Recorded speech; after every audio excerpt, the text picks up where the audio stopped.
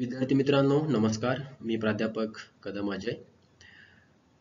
एक अभ्यासपूर्ण व्हिडिओ घेऊन मी आपल्या समोर येतो आहे. हा व्हिडिओ खास करून जे कला शाखेचे विद्यार्थी आहेत, द्वितीय सत्र म्हणजेच जे सेकंड इयरचे विद्यार्थी आहेत आणि ज्यांनी G2 मराठी हा विषय निवडलेला आहे त्यांच्यासाठी हा व्हिडिओ असणार आहे.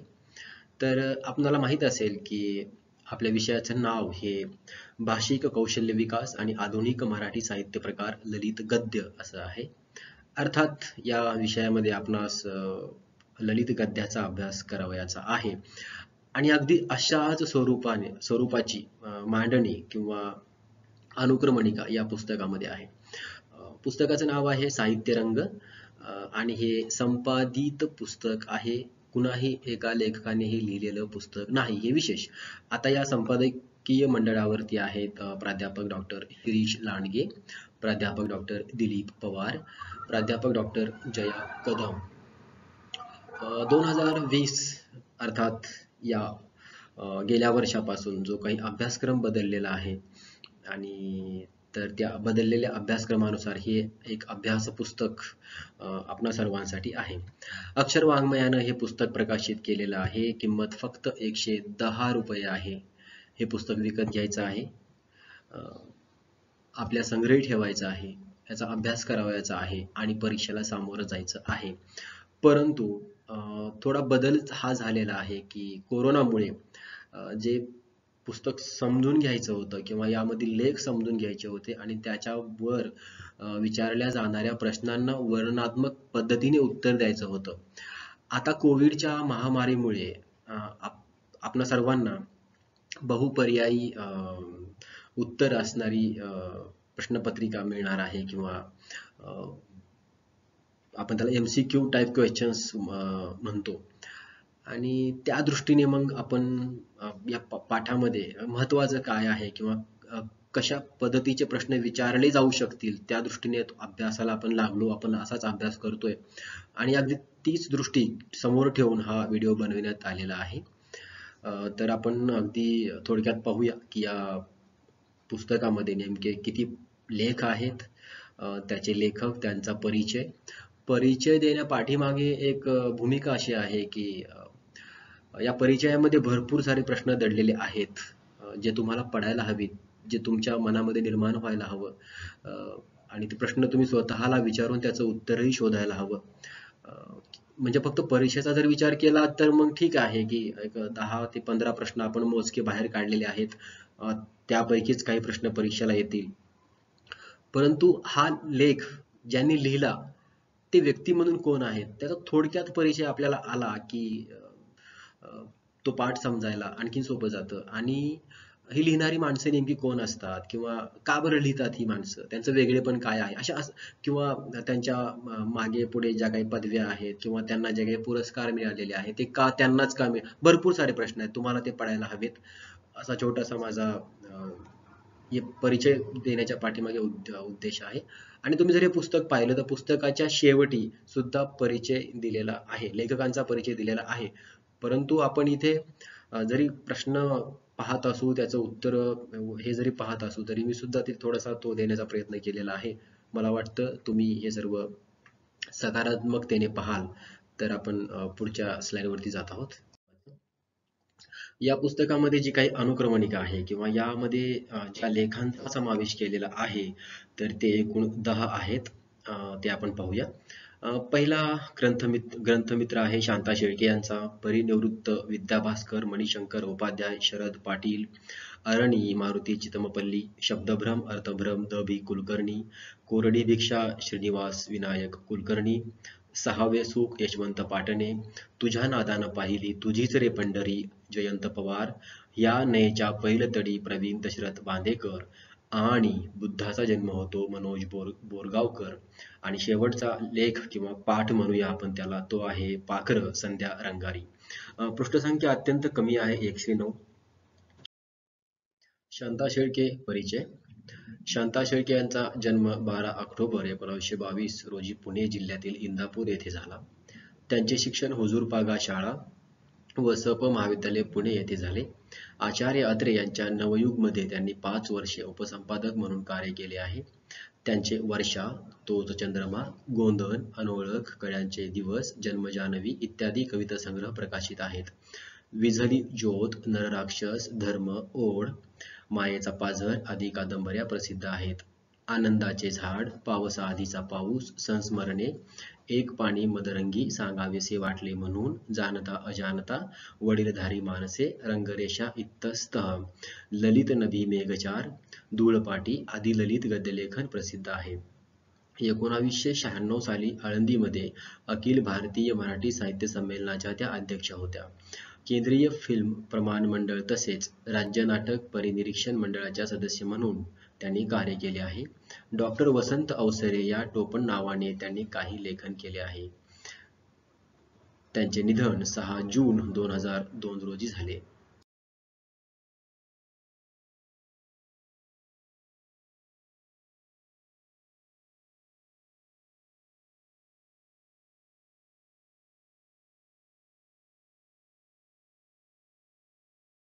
आहेत ते असे आहेत. ग्रंथमित्र हा पाठ कोणत्या पुस्तकातून घेतला आहे? धूळपाटी. ग्रंथमित्र लेखाचे लेखक कोण आहेत? उत्तर शांता शेळके. माहीमच्या फुटपाथवर शांता शेळके यांना कोणता ग्रंथ मिळाला? छंदोरचना. कोणती 3 पुस्तके शांता शेळके यांनी प्रथम विकत घेतली होती? मेघदूत, काव्यप्रकाश, हॅमलेट. शांता शेळके यांचे पहिले प्रेम कोणते होते? वाचन. शांता शेळके यांना कोणता साहित्य प्रकार आवडत नाही? नाटक. महाराष्ट्र शब्दकोशाचे खंड शांता शेळके यांनी कोणाकडून विकत घेतले होते? शांताबाई यांच्याकडून. संस्कृतिकोश शांता शेळके यांनी कोणाकडून विकत घेतले? पंडित महादेवशास्त्री जोशी आणि सौ. सुधाताई यांच्याकडून. मुंबईतील कोणत्या पुस्तकाच्या दुकानात लेखिका जात असत व दुकानाचे मालक कोण आहेत? उत्तर आहे स्ट्रँड बुक स्टॉल आणि त्याचे मालक आहेत शानबाग आणि नायक. शांता शेळके पुस्तकांच्या संबंधीच्या 2 मुख्य गोष्टी सांगतात. पहिली गोष्ट आहे पुस्तकांना कव्हर घालणं आणि दुसरं म्हणजे झोकदार सही करणं. शांता शेळके यांना कोणता प्राणी जास्त आवडतो? मांजर हा प्राणी त्यांना जास्त आवडतो. मांजरांसंबंधीचे कोणते पुस्तक शांता शेळके यांच्याकडे आहे? उत्तर. कॉलेजच्या दिवसांत शांता शेळके यांनी काय वाचले होते? उत्तर P G. Wodehouse, Shaw, Maugham, Ibsen, Barrie. कोणत्या लेखकाची नाटके शांता शेळके यांना आवडतात? शेक्सपियर, गडकरी, देवल, किर्लोस्कर. शांता शेळके यांचे आईवडील कोणते मासिक विकत घेत असत? उत्तर आहे गृहलक्ष्मी. परिनिवृत्त विद्याभास्कर मणिशंकर उपाध्याय लेखाचे लेखक आहेत शरद पाटील. त्यांचा परिचय आपण पुढील प्रमाणे पाहूया. कॉम्रेड शरद तानाजी पाटील. जन्म 17 सप्टेंबर 1925 तर मृत्यू 12 एप्रिल 2014. प्राच्य विद्या पंडित, सत्यशोधक, कम्युनिस्ट पक्षाचे संस्थापक. कृषी संस्कृती, बुद्ध विचार व अब्राह्मणी साहित्याचे सौंदर्यशास्त्र याची नव्याने वैचारिक मांडणी त्यांनी केली. जाती विरोधात प्रखर लढा देणारे ज्येष्ठ विचारवंत. मार्क्सवाद, फुले आंबेडकरवाद, विश्लेषण पद्धती, त्यातूनच विकसित झालेली सैद्धांतिक मार्क्सवादी पद्धती आणि वर्ण वर्ग जात स्त्रीदास्याचा अंत करणारा साम्यवाद असे 3 मुख्य सिद्धांत हे त्यांच्या तत्वज्ञानाचे स्वरूप सांगता येईल. भारतीय समाजाचे विश्लेषण करणे व उपाय सुचविणे यासाठी केवळ मार्क्सवाद, फुलेवाद किंवा आंबेडकरवाद पुरेसा नाही. भारतीय समाज वास्तव इतके भीषण आहे की या तिन्हीचा मेळ घालून काही एक नवी विश्लेषण पद्धती रचली तरच भारतीय वास्तवाचे अस्सल भान येऊ शकेल हे त्यांचे म्हणणे होते. त्यांच्या तत्वज्ञानाचा गाभा म्हणजे दार्शनिक सत्य आणि भौतिक मुक्ती कधी चिरस्थायी त्रिकालबाधित नसते. कालचे सत्य आजचे असत्य बनून त्या अस्थिर सत्याला अधिक दुर्बोध करते. कालची मुक्ती आजची गुलामगिरी बनवून त्या अस्थिर मुक्तीला आणखी अस्थिर करते असे त्यांचे प्रतिपादन होते. अब्राह्मणी साहित्याचे सौंदर्यशास्त्र. मार्क्सवाद, फुले, आंबेडकरवाद, भारतीय तत्वज्ञान व नास्तिक मत बुद्ध, भारतीय इतिहासातील लोकशाही, स्वातंत्र्य व समतेचा अग्निस्रोत, पश्चिम भारतीय स्वायत्त आदिवासी राज्याची भूमिका, स्त्री शूद्रांच्या स्वराज्याचा राजा, शोध मूल निवासींचा की शूद्र वर्णाचा जात्यंतक समतेचा, नामांतर औरंगाबाद आणि पुण्याचे, बुद्ध, भिक्खू आनंद, धम्म आनंद, वधू विशाखा, परिनिवृत्त विद्याभास्कर मणिशंकर उपाध्याय या लेखावरील काही महत्त्वाचे प्रश्न. पंडितजी शरद पाटील यांना काय शिकवत होते? उत्तर पाणिनी. पंडितजी कोणाच्या घरी भाड्याने राहत असत? कॉम्रेड कृष्णराव गायकवाड. शरद पाटील बडोद्याला कोणत्या कारणासाठी आले होते? Intensive research. पंडितजी जयश्री हायस्कूल व संस्कृत महाविद्यालयात अनुक्रमे काय शिकवत होते? संस्कृत व न्याय. पंडितजी यांचा विवाह कोणाशी झाला होता? एका विधवेशी. पंडितजी यांचे वाङ्मयीन 2 श्रद्धास्थाने कोणती आहेत किंवा होती? कालिदास आणि माघ. अश्वघोष हे पाणिनी मान्य रचना करत नाहीत, ते कोण आहेत? बौद्ध कवी. पंडितजी यांची भारतीय तत्वज्ञानावरची 3 श्लोकबद्ध भाष्ये कोणती? ईश्वर स्वरूपम, चतुसूत्री, ब्रह्मसूत्र. परिनिवृत्त विद्याभास्कर मणिशंकर उपाध्याय हा लेख कोठून घेण्यात आला आहे? सत्यशोधक मार्क्सवादी 1982 नियतकालिक. अष्टाध्यायी, अष्टक, शब्दानुशासन या ग्रंथांचे कर्ते कोण आहेत? पाणिनी. 4000 सूत्रे असणारा ग्रंथ कोणता? अष्टाध्यायी. आचार्य, बदंत, महाकवी आणि महावादी या पदव्या कोणाला मिळाल्या आहेत? उत्तर अश्वघोष. सर्वसामान्यांना बौद्ध धर्माचे महत्त्व पटवून देण्यासाठी अश्वघोष कोणत्या प्रकाराकडे वळले आहेत? काव्य व नाटक. कवी कुलगुरू म्हणून संस्कृतातील एक श्रेष्ठ कवी कोण आहेत? उत्तर कालिदास.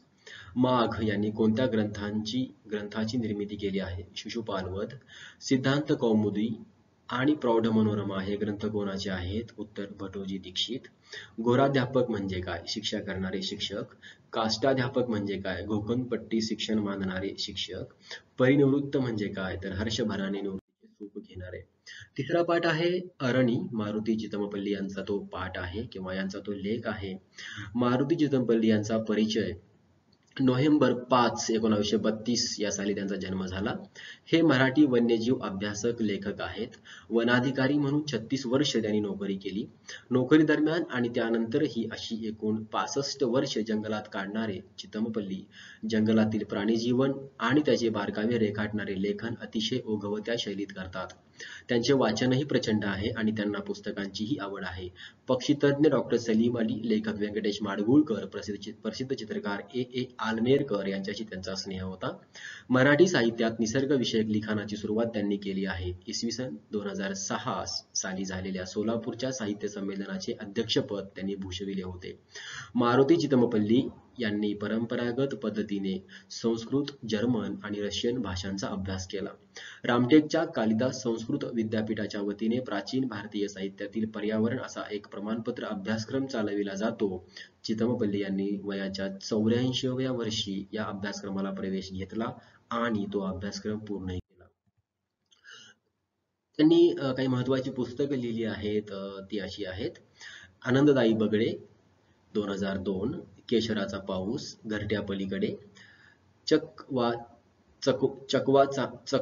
चांदणं, एक वनोपनिषद ही त्यांची आत्मकथात्मक पुस्तक आहे. चित्रग्रीव, एका कबुतराची कथा, चैत्रपालवी 2004, जंगलाचं देणं 1985 या पुस्तकाला काही पुरस्कारही भेटलेले आहेत.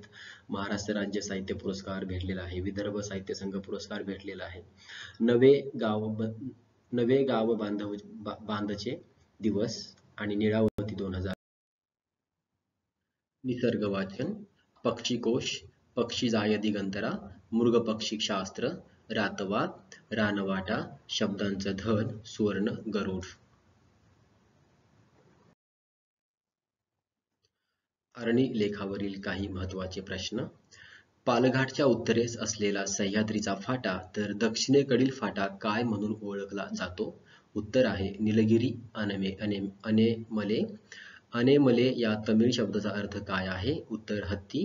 इंग्लंडहून भारत मद्रास व नंतर पोलाचीहून हत्तीच्या जंगलात कोण आला होता? इंग्रज अधिकारी वुड्स. सहानुभूती आणि सेवेची गरज असलेल्या आदिवासींना कोणत्या आजाराच्या साथीने झपाटले होते? मलेरिया. कोणता पक्षी नजरेस पडताच पावसाळा संपला असे आदिवासी समजतात? खंजन पक्षी नजरेस पडला की. सर्पगंधा हे औषध कोणी शोधून काढले आहे? अर्थात वुड्सने. ज्याच्यावर प्रेम करतो त्याला काय भ्यायचं असे कोण म्हणत असे? उत्तर आहे वुड्स.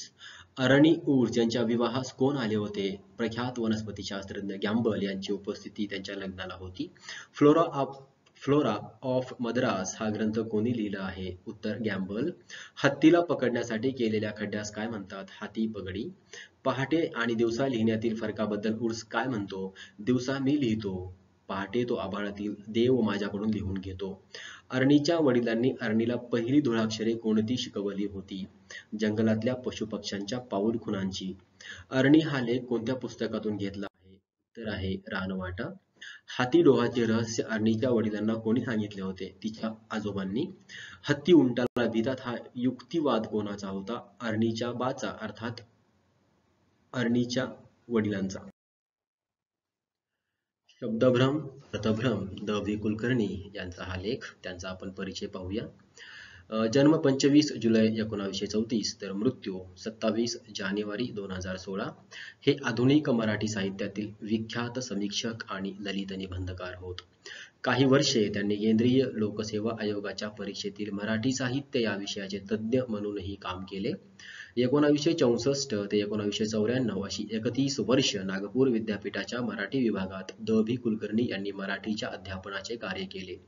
प्राचीन ते अर्वाचीन अशा दीर्घ पटावर पसरलेल्या मराठी वाङ्मय प्रवाहाचे एक मर्मज्ञ व विचारवंत भाष्यकार, मराठी भाषा आणि साहित्याचे व्रतस्थ निष्ठावंत अध्यापक, वाङ्मय विश्वातील नवागतांचे मार्गदर्शक, नितांत सुंदर वक्ते म्हणून द व्ही ख्यात होते. 1960 नंतरची जवळजवळ गेली 5 दशके हा द व्हींचा साहित्य प्रवास होता. कादंबरीची समीक्षा करताना स्वामी, गारंबीचा बापू, चक्र या कादंबऱ्यातील त्रुटीही त्यांनी दाखवल्या, तर फडके आणि खांडेकरांच्या मर्यादाही. आचार्य अत्रे, आनंदीबाई शिर्के, माधवी देसाई आदींच्या आत्मचरित्रांच्या निमित्ताने आत्मचरित्र या लेखन प्रकाराचे नवे आकलन द व्हींनी केले. द व्ही कुलकर्णींनी लिहिलेल्या समीक्षेचा आणखी एक विशेष म्हणजे ते नेहमीच नवचिंतन असावयाचे. नुसते समीक्षा लेखन नाही तर ललित, काव्य, कथा या क्षेत्रांतही मुशाफिरी केली. 2010 साली पुणे येथे झालेल्या अखिल भारतीय मराठी साहित्य संमेलनाचे ते अध्यक्ष होते. शब्दभ्रम, अर्थभ्रम महत्वाचे प्रश्न. अक्षर सुवाच्य नसलं तरी चालेल, पण ते कसे असावे असं द व्ही यांना वाटतं? उत्तर आहे वाच्य असावे. अर्थभ्रम टाळण्यासाठी मान्यवर संस्थेने काय करावे? मराठी अधिकारी नेमावा, आपली शैली पुस्तिका तयार करावी. काव्यसंग्रह असे न लिहिता काय लिहावे? कविता संग्रह असे लिहावे. आवृत्तीऐवजी काय शब्द योजावा? पुनर्मुद्रणे. ग्रंथांचे मूल्य ठरविण्याचा अधिकार कोणाचा आहे? जाणकार वाचकाचा. भाषा ही कोणत्या वाद्याप्रमाणे असते? तंतुवाद्याप्रमाणे ती असते. शब्दभ्रम, अर्थभ्रम, चुकीचे उच्चार टाळण्यासाठी शब्दकोश आणि व्याकरणाचे नियम पाठ करून चालणार नाही, तर काय केले पाहिजे असे लेखकास वाटते? भाषिक संवेदनशीलता वृद्धिंगत करावी लागेल. अर्थभ्रम हा भाषिक रोग नाही, तर ती काय नष्ट करणारी एक भाषिक अवस्था आहे. उदाहरणार्थ, रोगप्रतिकारक क्षमता नष्ट करणारी ती भाषिक अवस्था आहे. अर्थभ्रम परवडत नाहीत कारण ते समाजात कसे जातात? उत्तर आहे चरत जातात. भाषा ही समाजाकडून उसनी घेत नसतो, तर तिला अधिक सक्षम करून सव्याज समाजाला परत करत असतो असे मत कोणाचे? अर्थात द व्ही कुलकर्णी यांचे हे मत आहे. कोरडी दीक्षा हा पाठ आहे श्रीनिवास विनायक कुलकर्णी यांचा. त्यांचा परिचय खालीलप्रमाणे. 20 नोव्हेंबर 1936 रोजी जन्मलेले श्रीनिवास विनायक कुलकर्णी उर्फ श्री व्ही हे उत्तम ललित लेखक आणि मौज सारख्या दर्जेदार मासिकाचे दीर्घकाळचे संपादक म्हणून प्रसिद्ध आहेत. निसर्गाचं आणि व्यक्तीचं सूक्ष्म निरीक्षण करून पारदर्शी लेखन करण्याची त्यांची विलक्षण हातोटी आहे. हळुवार काव्यात्मकतेचा प्रत्यय देणं हे त्यांच्या लेखणीचं सामर्थ्य आहे. त्याचा प्रत्यय त्यांच्या डोह, सोन्याचा पिंपळ, पाण्याचे पंख, कोरडी भिक्षा यासारख्या ललित पुस्तकांतून येतो. कोरडी भिक्षा महत्वाचे प्रश्न खालीलप्रमाणे. रविवारी कोणत्या स्वरूपात भिक्षा मागावयाची असते? उत्तर आहे कोरडी भिक्षा मागावयाची असते. मारवाड पेठेत कोणाचे घर होते? उत्तर आहे गोविंद शोभराम. वखार भागात कोणाचे घर होते? उत्तर आहे पृथ्वीराज मालू यांचे. वखार भागात असणारे एक विशेष आणखी घर कोणाचे होते? आशा राणी यांचे. कोणासोबत भिक्षा मागत असे? लेखक कोणासोबत भिक्षा मागत असे? उत्तर आहे गिरी या मित्रासोबत. आशा राणी यांच्या आईने लेखकाला काय सूचना केली होती? उत्तर प्रत्येक वेळी नवा श्लोक पाठ करण्याचं त्यांनी सुचविलेलं होतं. आशा राणी यांच्या आईने लेखकाला कोणते काम दिले होते? तांदूळ निवडण्याचं काम त्यांनी दिलं होतं. आशा राणी काय करत असत? डिस्पेन्सरीत त्या काम करत असत. गिरीने आशा राणी यांच्याकडून कशाचे पैसे घेतले होते? परीक्षा फी भरण्यासाठी. लेखकाला कोणत्या गोष्टीचा राग आला होता? पाठ किंवा लेख 6वे सुख. लेखक यशवंत पाटणे. त्यांचा परिचय. अमळनेर येथे जन्म झाला. एक नामांकित वक्ते आहेत. त्यांनी शेकोटी, स्वरगंगेच्या काठी, स्वयंशिल्पी, सुंदर जगण्यासाठी, उद्याच्या आनंदासाठी, सत्यशोधक तेंडुलकर, एका अनाथाचे बंध, चंदनाचे हात आदी ग्रंथांचे लेखन केले आहे. 6वे सुख या पाठावरील काही महत्वाचे प्रश्न. चीनी माणसे एकमेकांना भेटल्यावर कोणती शुभेच्छा देतात? उत्तर आहे तुम्हाला 6 सुखे मिळो. मानवी जीवनातील 5 सुखे कोणती आहेत? आरोग्य, संपत्ती, प्रतिष्ठा, चांगला साथीदार आणि चांगली मुले. इंग्रिडच्या वाट्याला आलेले 6वे सुख कोणते आहे? डॉक्टरने तिच्यावर लुब्ध होणे व प्रेम व्यक्त करणे. हातावर पडलेला दुर्मिळ ग्रंथ हे देखील लेखकाला काय वाटते? अर्थात 6वे सुख वाटते. या पाठावर काही महत्वाचे प्रश्न खालीलप्रमाणे. उद्याचे वारसदार होण्यासाठी आपल्याला काय करावयास पाहिजे? उत्तम साहित्य कृतीचे वाचन केले पाहिजे. श्यामची आई, ययाती, मृत्युंजय, नटसम्राट, महानायक हे ग्रंथ मराठी साहित्यातील काय आहेत? उत्तर मराठी साहित्य विश्वातील अक्षरलेणी. महाराष्ट्रीय संस्कृतीचे संचित काय आहे? उत्तर संतांचे साहित्य. भारतीय संस्कृती ग्रंथाचे लेखक कोण आहेत? उत्तर साने गुरुजी. कोणाच्या साहित्याने आमचे सांस्कृतिक जीवन समृद्ध केले आहे? साने गुरुजींच्या साहित्याने. मानवाची आत्मिक शक्ती वाढण्यासाठी काय केले पाहिजे? कला, साहित्य, संस्कृती याचा मनावर खोलवर संस्कार झाला पाहिजे. उज्ज्वल भविष्यासाठी ग्रंथरूपाने आपल्याला काय मिळावे असे लेखकाला वाटते? उत्तर 6वे सुख मिळावे असे वाटते. ज्ञान तंत्रज्ञान यांच्या जोडीला आपण काय विसरता कामा नये असे लेखकाला वाटते? तुझ्या नादानं पाहिली तुझीच रे पंढरी. जयंत पवार. जयंत पवार यांचा परिचय खालीलप्रमाणे. पत्रकार, मराठी नाटककार आणि नाट्य समीक्षक. अखिल भारतीय मराठी नाट्य परिषदेने घेतलेल्या नाट्यलेखन स्पर्धेत काय डेंजर वारा सुटलाय या नाटकासाठी जयंत पवार यांना सर्वोत्कृष्ट लेखनाचे प्रथम पारितोषिक मिळाले. तेच नाटक नंतर निर्माते संतोष कोचरेकर यांनी कल्पना कोठारी महाराष्ट्र रंगभूमीतर्फे व्यावसायिक रंगभूमीवर आणले. 2014 साली झालेल्या 15व्या कोकण मराठी साहित्य परिषदेच्या साहित्य संमेलनाचे ते अध्यक्ष होते. 2012 सालचा साहित्य अकादमी पुरस्कार त्यांच्या फिनिक्सच्या राखेतून उठला मोर या कथासंग्रहासाठी मिळाला. जयंत पवार यांनी लिहिलेली नाटके. अधांतर, काय डेंजर वारा सुटलाय, टेंगशेच्या स्वप्नात ट्रेन दीर्घांक आहे, दरवेशी एकांकिका आहे, पाऊलखुणा, फिनिक्सच्या राखेतून उठला मोर कथासंग्रह आहे, बहुजन संस्कृतीवाद आणि लेखक भाषाविषयक आहे, माझे घर, वरण भातलोंच्या नि काय कोणच्या की नाही कोणच्या कथासंग्रह, वंश, शेवटच्या बिभत्साचे गाणे, दीर्घांक, होड्या एकांकिका. यावरील जे काही महत्वाचे प्रश्न आहेत ते खालीलप्रमाणे. तुझ्या नादानं पाहिली तुझीच रे पंढरी या लेखात कोणाच्या आठवणींना उजाळा देण्यात आला आहे? लेखकाच्या वडिलांचे जीवन. लेखकाच्या वडिलांचे निधन होते त्यावेळी लेखकाचे वय किती होते? व उत्तर 17 वर्ष. लेखकाच्या सावत्राईचे नाव काय आहे? उत्तर आहे माई. लेखक आपल्या वडिलांची कोणत्या 2 बाबींसाठी क्षमा मागतो आहे? भाषण न करणे व शिकवणीस हजर न राहणे. लेखकाच्या वडिलांचे निधन होते त्यावेळी त्यांचे वय किती होते? 56 वर्ष. कोणत्या घटनेने लेखकाच्या वडिलांचे जीवन आमूलाग्र बदललेले होते? पत्नीचा मृत्यू आणि पंढरीची वारी. लेखकाच्या वडिलांनी कोणत्या ग्रंथांचा संग्रह केला होता? उत्तर आहे ज्ञानेश्वरी, तुकाराम गाथा, नामदेव गाथा, एकनाथी भागवत, एकनाथी रामायण, हरिविजय. लेखकाचे वडील कोठे काम करत असत? उत्तर श्रीनिवास मिलमध्ये. लेखकाने केलेल्या गोष्टींचे नाव काय आहे? लेखकाने लिहिलेल्या गोष्टीचे नाव काय आहे? आई. गायन स्पर्धेसाठी अनंताने कोणता अभंग निवडला होता? जातो माघारी पंढरीनाथा. लेखकाने आपल्या वडिलांच्या कोणत्या गोष्टी जपून ठेवल्या आहेत? सागवानी कपाट, चामड्याचं पाकिट, ग्रंथ, आईसोबतचा जुना फोटो आणि तुळशीमाळ.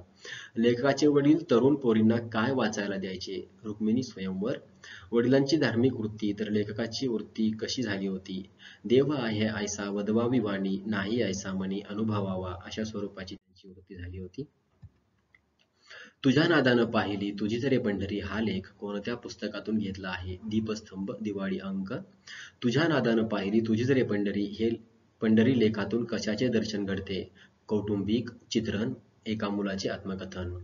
8वा पाठ आहे ह्या नयच्या पैलतडी प्रवीण दशरथ बांदेकर यांचा. त्यांचा परिचय खालीलप्रमाणे. नवाक्षर दर्शन या वाङ्मयीन मराठी नियतकालिकाचे ते संस्थापक असून ते अनेक वर्ष संपादक म्हणून कार्य करत आहेत. त्यांचा जन्म आजोळी वेंगुर्ल्याला 20 मार्च 1966 साली झाला.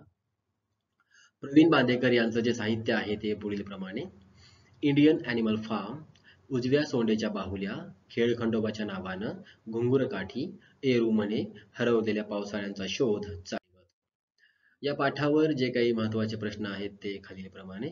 या नयेच्या पैलतडीवर जे महत्त्वाचे प्रश्न आहेत ते. या नयेच्या पैलतडी या लेखात नदीचे चित्रण कशा स्वरूपात येते? उत्तर सजीव स्वरूपात. शाळकरी मुलींना कोणता प्रश्न पडतो? पुस्तकातील नदी इकडे कशी? या नयेच्या पैलतडी लेखातील नदी कोणत्या प्रदेशातून वाहते? महाराष्ट्र गोमंतक. 400 वर्षापूर्वी कोणत्या प्रदेशातून लेखकाचा पूर्वज आला होता? दक्षिणी राज्यातून. आदिम काळातील बेटावर असल्यासारखे काय आहे असे लेखकास वाटते? उत्तर लेखकाचे गाव. मैया अर्थात नदीच्या जीवनातील सुखाच्या कोणत्या अंकाबद्दल लेखक आशावादी आहे? उत्तर 3ऱ्या सुखकारक अंकाबद्दल.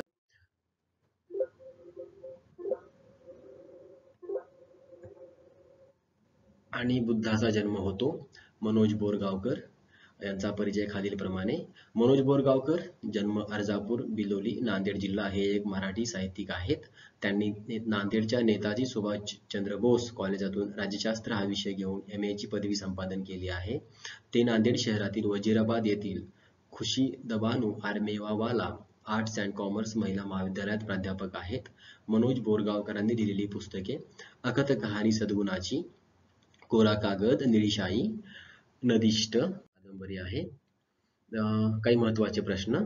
आपण वापरत असलेले शब्द कशाने लडबडलेले असतात असं लेखकाला वाटतं? विकारांनी लडबडलेले असतात. कोणत्या शब्दाचा आत्मा हरवलेला असतो असे लेखकाला वाटते आहे? करुणा या शब्दाचा. करुणा हा शब्द कोणाचा पर्यायी शब्द आहे असे लेखकाला वाटते? बुद्धाचा पर्यायी शब्द आहे. करुणेसह आणि करुणेशिवाय माणसामध्ये काय अंतर असते हे दर्शविण्यासाठी लेखक कशाचे उदाहरण देतात? जंगलातील पक्ष्याचे. झोपडीत एकूण किती लोक निवाऱ्यासाठी येतात? एकूण 2 व गाढव. फकीर आणि त्याची पत्नी यामध्ये मुख्य फरक काय आहे? करुणेचा. आणि बुद्धाचा जन्म होतो या लेखात कशाची चर्चा घडून येते? करुणेची चर्चा येताना दिसते. शेवटचा पाठ आहे पाखरं. संध्या रंगारी यांनी तो लिहिलेला आहे.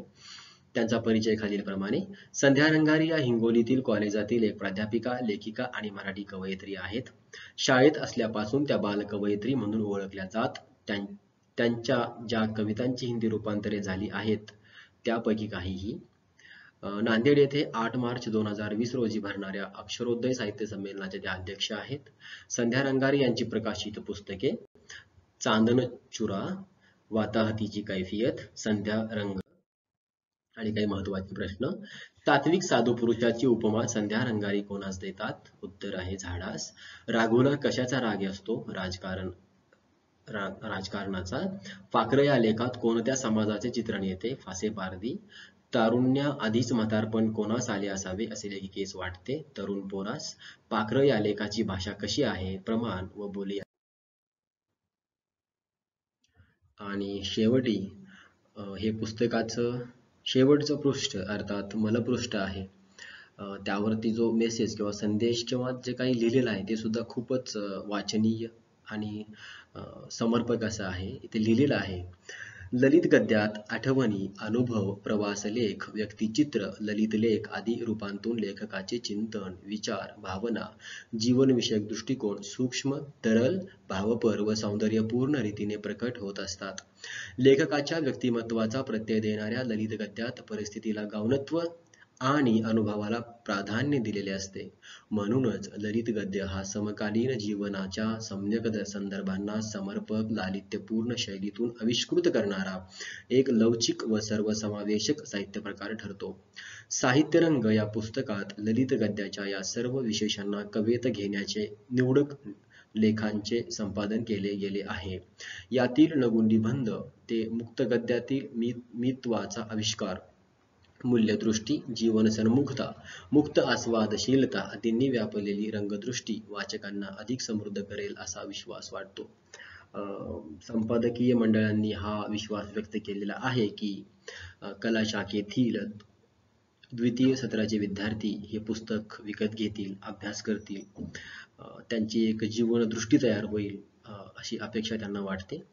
मी प्राध्यापक डॉक्टर कदम अजय एक काही प्रश्न घेऊन आपल्या समोर आलो होतो, परंतु यातही बऱ्याच काही चुका असू शकतात, काही त्रुटी असू शकतात.